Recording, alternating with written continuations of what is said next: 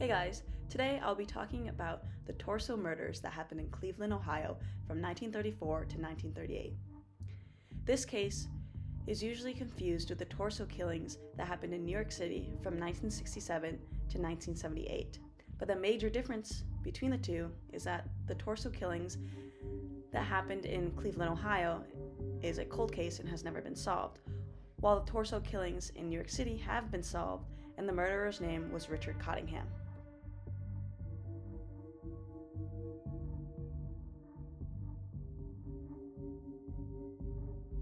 Now that we know the differences between the two murders, let's delve into the Cleveland torso murders. As you can tell, these murders happened in Cleveland, Ohio, hence the name. More specifically, though, they occurred in an area called Kingsbury Run. Kingsbury Run is a riverbed that ran from the east side of Cleveland westward to the Cuyahoga River.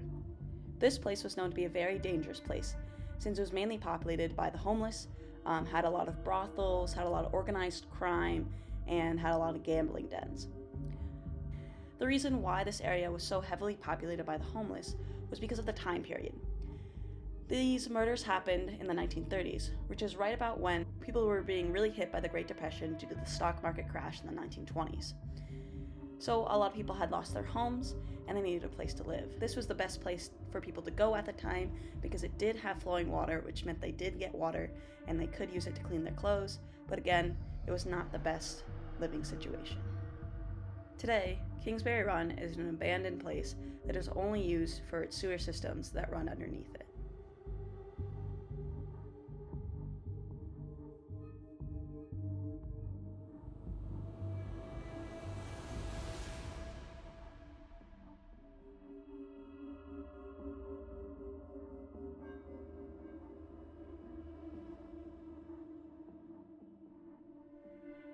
Now that we know where these killings occurred, let's talk about the victims. On September 5, 1934, the torso of a young lady with the legs still attached was washed up on the shores of Lake Erie. The coroner had assessed that there was a chemical preservative that was used on her body that made the skin red, tough, and leathery. The head of the body was never found, and the woman was never identified. But since she was found on the shores of Lake Erie, the police department dubbed her the Lady of the Lake. She was referenced as victim number 0 since the case didn't officially start until they found victims number 1 and 2, and since they had already named those bodies number 1 and 2, they labeled her victim number 0. On September 23, 1935, a decapitated, emasculated body of a white male was found at the bottom of Jackass Hill. The body, deemed as victim number 1, was drained of blood and had rope burns on both wrists. Fingerprints were obtained from the scene, and luckily this body was identified as Edward Andrassy, who was a 28-year-old white male. During the investigation, a second body, dubbed victim number 2, was then found and was also decapitated and emasculated. The same chemical preservative that was used on victim number 0 was also used on this body. This was a 40-year-old white male, and he was never identified. The cause of death for this male was decapitation.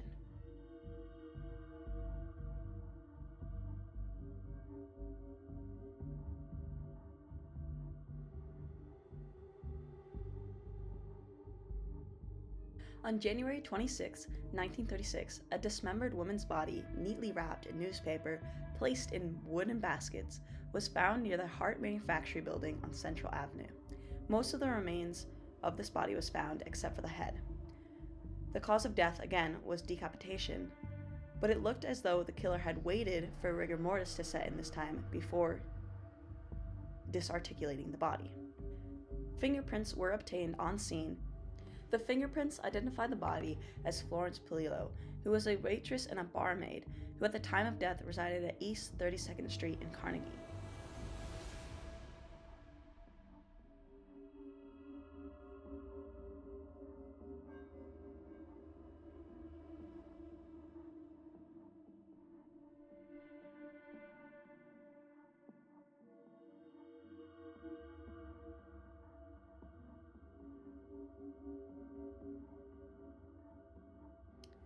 June 5, 1936, the head of a white male was found wrapped in a pair of pants near East 55th Street Bridge. The following day, the body was found dumped in front of a nickel plate railroad. The body was drained of blood and fully intact except for the decapitated head. Hence, the cause of death being decapitation. There was fingerprints found on scene, but they never fully identified anyone. The body also had a lot of unique tattoos on it, so the body was deemed the tattoo man. But again, even with the fingerprints and the tattoos, the body was not identified. And since this was the fourth victim of the serial killer, police wanted to try a new strategy. So they decided to make a plaster cast of the man's head and displayed it at the Great Lakes Expedition in 1936 to help identify him. But unfortunately, all these efforts came up null. If you are interested though, the plaster cast of the head still exists and is at the Cleveland Police Museum.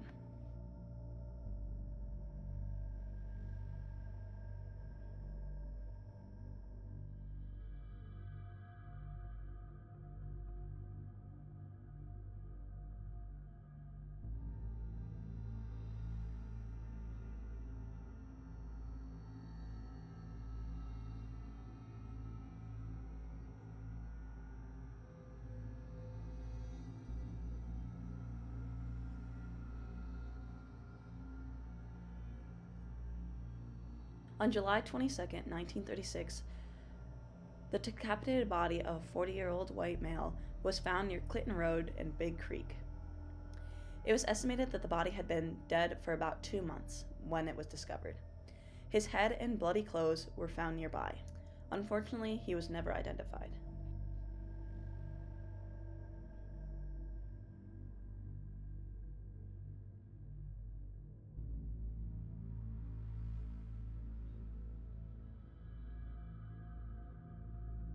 On September 5, 1936, the upper half of a man's torso was found at East 37th Street. The lower half of his torso and both legs were found in a sewer nearby by a diver. Since divers weren't used as much during this time, it caused a lot of attention, so much so that a crowd of about 600 people formed. It is theorized that the killer was amongst this crowd. After the diver had successfully collected most of the body parts, the coroner determined the cause of death as decapitation.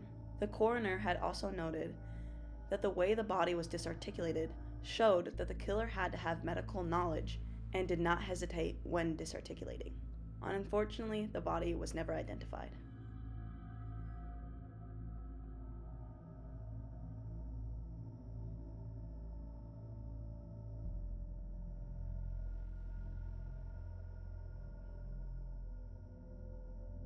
On February 23, 1937, the upper half of a woman's torso was found washed up on the shore of Bracknell.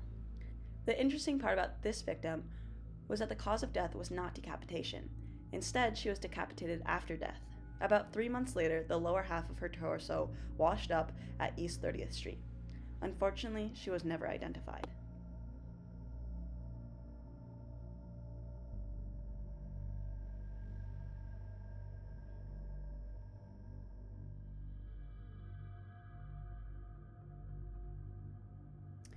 On June 5, 1937, a human skull was found under the Lorain-Carnegie Bridge. Next to the skull was a burlap sack that contained the rest of the skeletal remains. It was found through forensic investigation that the skeletal remains belonged to a petite black woman in her 40s. Dental work had unofficially identified her as Rose Wallace, but every lead that came up to her disappearance and death led nowhere.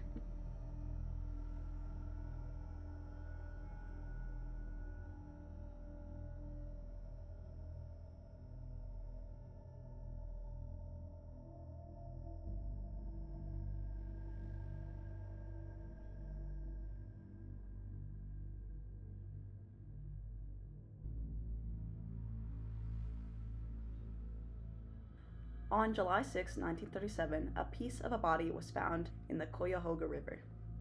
Over the next few days, the rest of the body, except for the head, was found in the river. The body had been gutted with the heart ripped out, showing that the killer was becoming more violent. It was determined that the body belonged to a 30-year-old white male, but he was never identified. On May 2nd, 1938, the lower half of a woman's leg was found on the shore of the Cuyahoga River. About a month later, the police found 2 burlap sacks from the river that contained the torso and the rest of the legs of the body. This victim was unique because it was the first time drugs were present in the body, but it was never determined if the drug was used by the killer or if the victim was a drug addict. If the arms were found of this body, it would be easier to tell if the victim was a drug addict because she would have track marks, but unfortunately the arms were never found and she was never identified.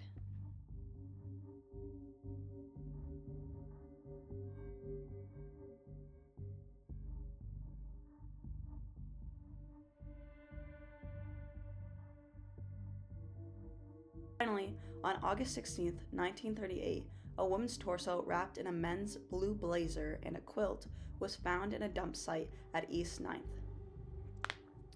The legs and arms were found wrapped in butcher paper and rubber bands in a homemade box nearby. Also, the head was found wrapped in a similar way nearby. The coroner had noted that some of the body parts had looked as though they had been refrigerated, which was unique. While the police were investigating this body, only a few yards away, they found victim number 12. Both bodies were never identified. The unique part about these 2 bodies were that they were placed in plain sight of Eliot Ness's office window, who was the safety officer on this case, and it seemed as though the killer was trying to taunt him.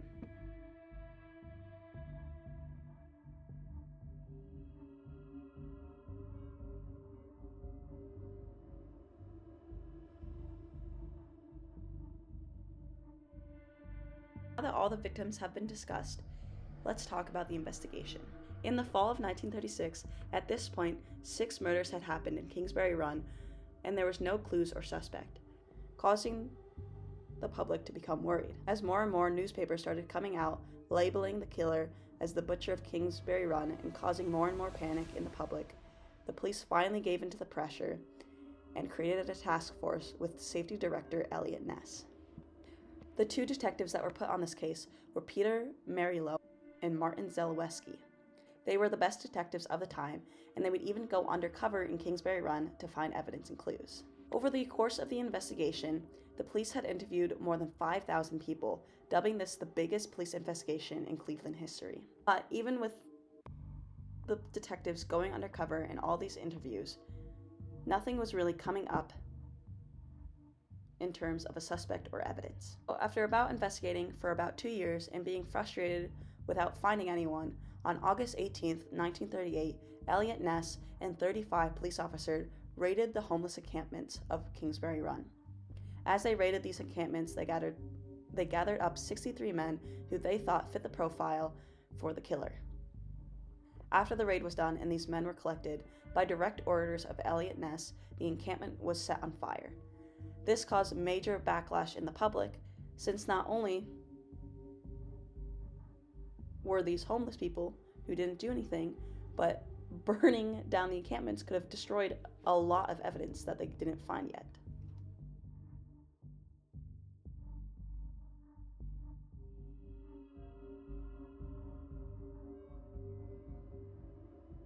Then, after they had interrogated the 63 men, in July 1935, Sheriff Martin O'Donnell arrested 52-year-old Frank Dolezal for the murder of victim number 3, Florence Polillo. He was arrested because he had lived in the area for years, and it was later shown that he had been acquainted with not only Florence, but with Edward Andrassy and Rose Wallace. But when it was time for him to confess, his confession was just a babble of words that seemed to be coached. And what was also weird was that before he can go to trial and be convicted with anything, he was found dead in his cell, where he had hung himself. What was also weird about this case was that an autopsy was done on Frank Dolezal, and it showed that he had been beaten while in the sheriff's custody. To this day, no one believes that Frank Dolezal was the killer. So in the end, with the only person that they thought could be the killer dead, the case had become stale and was dubbed a cold case. To this day, no one really believes that Frank was the killer. So in the end, the case was never solved, but Eliot Ness, who was the head of this case, adamantly believes he knew who the killer was. Eliot Ness had said that it was Francis E. Sweeney who was dubbed Dr. X when he was being interviewed. Dr. Sweeney was a very intelligent and skilled surgeon who lived near Kingsbury Run, and it had been documented that he was very troubled. He was a prime suspect, according to Eliot Ness, because he had the medical knowledge to not only know how to disarticulate a body, but to have the facilities to do so. Dr. Sweeney was interrogated for about a week, but he never confessed to anything. So Eliot Ness could not convict him of anything. But what really put the nail in the coffin for Eliot Ness to believe that Dr. Sweeney was the killer was that after Dr. Sweeney had committed himself to a sanatorium, all the murders in Kingsbury Run had stopped. Another interesting part about this case is that in late 1938, the police received a letter that said, "Chief of Police Matowitz, you can rest easy now as I have come out to sunny California for the winter. I felt bad operating on those people, but science must advance. I shall soon satone the medical profession, a man with only a DC, that did their lives mean in comparison to hundreds of sick and disease-twisted bodies. Just laboratory guinea pigs found on any public street. No one missed them when I failed. My last case was successful. I now know the feeling of Pasteur Theroux and other pioneers. Right now I have a volunteer who will absolutely prove my theory. They called me mad and a butcherer, but the truth will out. The body has not been found and never will be, but the head, minus features, is buried in a gully on Century Boulevard, between Western and Century Crenshaw. I feel it is my duty to dispose of the bodies I do. It is God's will not to let them suffer." So after this letter was sent to Police Matowitz, it was also sent to Eliot Ness, who in his mind said that this confirmed it was Dr. E. Sweeney and that he had left the sanitarium he was in and went to California. After further investigation of this letter, they did go to the Century Boulevard between Western and Century Crenshaw to find the body that was said was there in the letter, but upon police investigation, there was no body to be found there. Then, in 1947, a young woman's body was found cut in half, gutted, and drained of blood in Leimert Park, Los Angeles. Later that year, she was identified as Elizabeth Short, who most of you know as Black Delilah. Many believe this case is related to the Cleveland Torso Killer, since she was cut in half, such as those that were cut in half in Cleveland, and she was disarticulated in such a way that would need medical knowledge, such as the ones that happened in Cleveland. The only problem with this theory is that her body was disposed of in such a graphic way that it was a completely different MO than how the bodies were disposed of in Cleveland. So this theory that the Cleveland Torso Killer moved to California and then killed Elizabeth Short is just a theory. I personally don't believe that was him, because Elizabeth Short had feces stuffed in her. She was posed in a sexual way. It was sending a completely different message than all the other bodies that were found in Cleveland. Also, why would he move all the way to California just to kill one woman and not kill more? I mean, there was no more victims related to Elizabeth Short when it came out, so why would he just stop at one when he killed 13 people in Cleveland? Why would he stop at one in California? So that's just my thoughts on it. But in the end, after 1947, after Elizabeth Short was found, there was no new cases or evidence that indicated that the Cleveland Torso Killer was still out there killing people.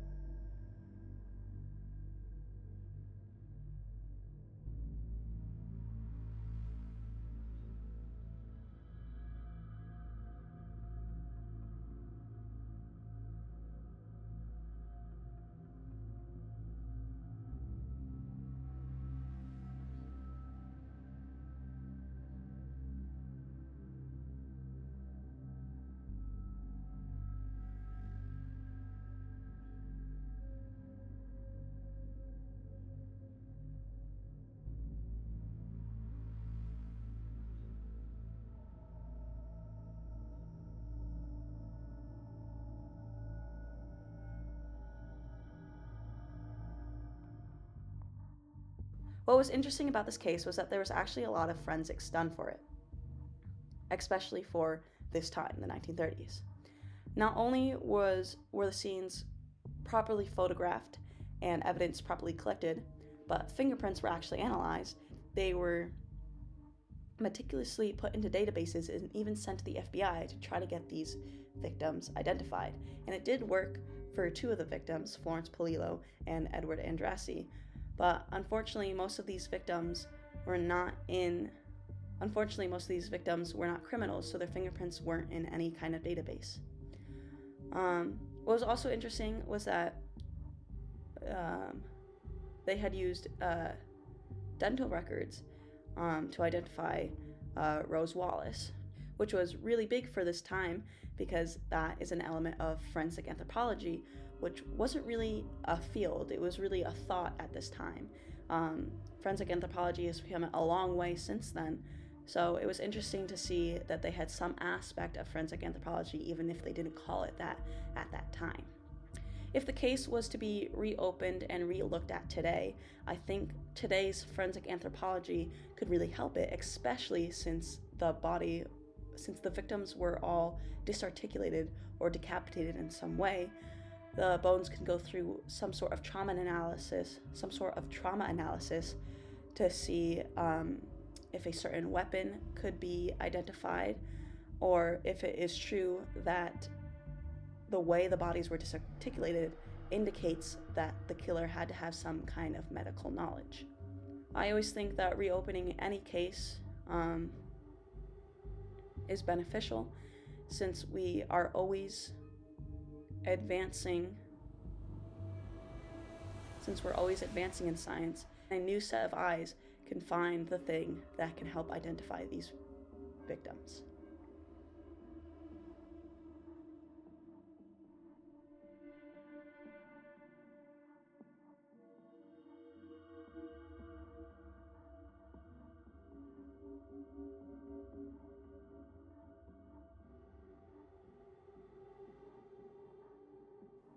Talking about future perspectives for this case, it has just been recently said that this case will be going to the Jane Doe Project, which means they'll be exhuming all of these victims' bodies and trying to get DNA from them to do forensic genetic genealogy testing on them to see if they can be identified through family trees, which would be revolutionary. And this sort of forensics has been very helpful in a lot of cold cases since 2016 when they found the Golden State Killer through this process. So in the end, the Cleveland torso killer was never really caught, even though there was very strong theories on who it can be. And even though this was one of the most prolific and one of the biggest Cleveland police investigations in their history, this case isn't really that well known, which is very interesting. Usually when we hear about cold cases, you think about the Zodiac Killer, you think about Black Delilah, you think about JonBenet Ramsey, but you don't really hear about the Cleveland Torso Killer. Maybe because it wasn't given a fancy name, even though he was dubbed the Butcher of Kingsbury Run, which is kind of a more media-worthy name. So it's just interesting to me that this case didn't get as much attention as the other cases, and it really was surprising because usually the more graphic cases, such as this one, gets a lot of attention because people do like to see the more graphic side that might be morbid, but it is seen to cause more attention in cases if there is more gruesomeness to the case. So in the end, I really do hope these victims get identified, and maybe somehow it does get closed, but this case is about almost 90 years old by this point. Doesn't mean it can't be solved, but it's probably not the top priority of most police stations at this point, or even the government. So I hope you guys have a great day, and I'll see you later.